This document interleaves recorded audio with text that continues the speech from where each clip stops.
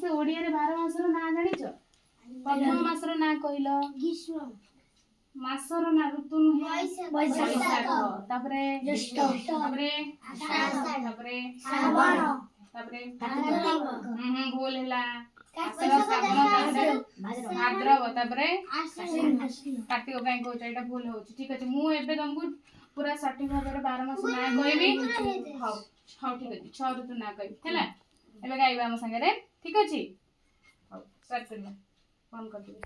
ଗୀତ ଗାଇବି ଗୀତ ଗାଇ ଗାଇ ଜାଣିବା ହେଲା 12 ମାସର ନାଁ। ମୋ ସାଙ୍ଗରେ ଗୀତ ଗାଇବି ହେଲା। ଗ୍ରୀଷ୍ମ ବୈଶାଖ ଜ୍ୟେଷ୍ଠ ମାସ ପ୍ରଚଣ୍ଡ ରୌଦ୍ର ପରକାଶ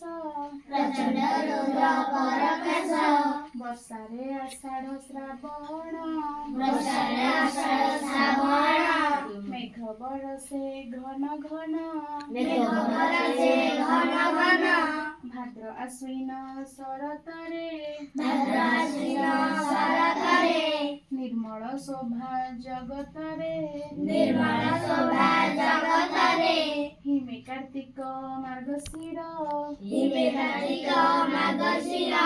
ରାତିରେ ପଡ଼ଇ ଶିଶିର ଶୀତରେ ପୌଷ ମାଘ ମାସ ଦେହରେ ରଖ ଶୀତ ବାସ ଫାଲ୍ଗୁନ ଚୈତ୍ର ବସନ୍ତରେ